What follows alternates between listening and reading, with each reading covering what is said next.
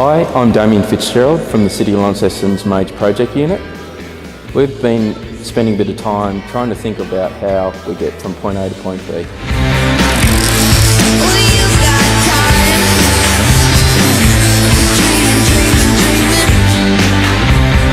What is wayfinding? Wayfinding is how people navigate through spaces and key areas through the city. The signage that we're looking at is a result of the Launceston City Heart engagement process. The visitors identified an issue that we had in relation to getting from the city to key precinct areas like the Cataract Gorge, Inverest, QV Mag, Aurora Stadium. So with the wayfinding signage suite, we're able to strategically place signs around the city to actually help with getting to point A to point B. What we're looking at the moment is quite a big area of the city, and the main focus here was to look at the connections from the city centre to Cataract Gorge, linkages to the new North Bank site. We're also looking at connections for the Inverest precinct, which is connecting Aurora Stadium, QV Mag and the future UTAS location. We're also looking at connections to our park areas, which is Royal Park, City Park and Princess Square. Over the last 12 months, the City of Launceston have been working through a suite of family signage treatments that will be placed throughout the city.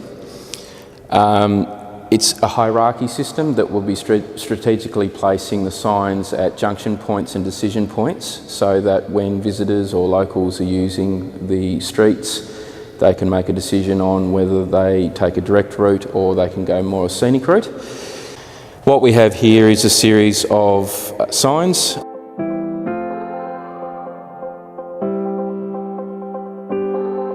We're talking about more innovative signage, which is the digital display, and we're looking at hopefully rolling this out as a trial this year.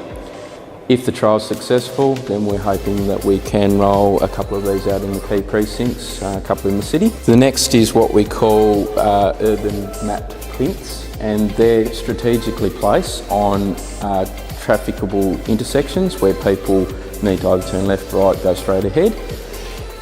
We're also looking at smart signage in terms of retrofit signage, so it doesn't cost a lot of money. So we're utilising the existing bins, light poles, traffic poles, so that council over time doesn't have to spend a lot of money in replacing very, very expensive ticket items.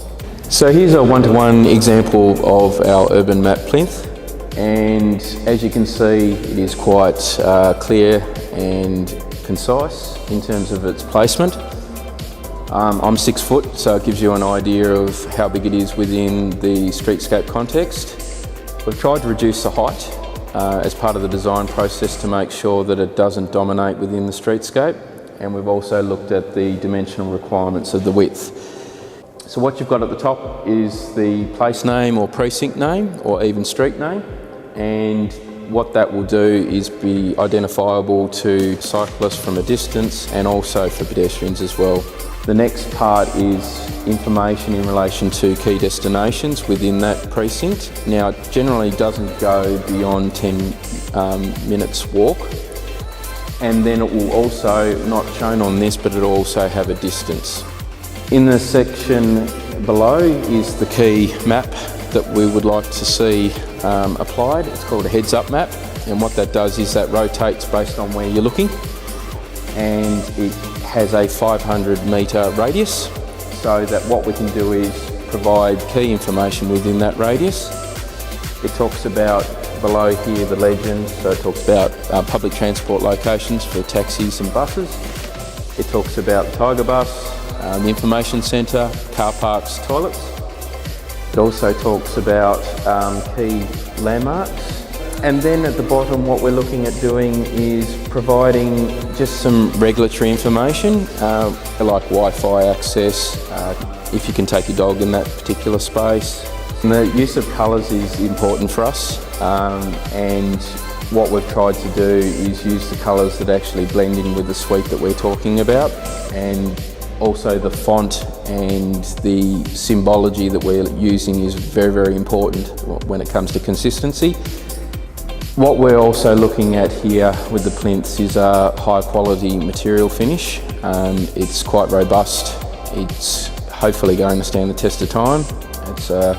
We're looking at two materials. One's a vitreous enamel and another one's a 2-pack potentially.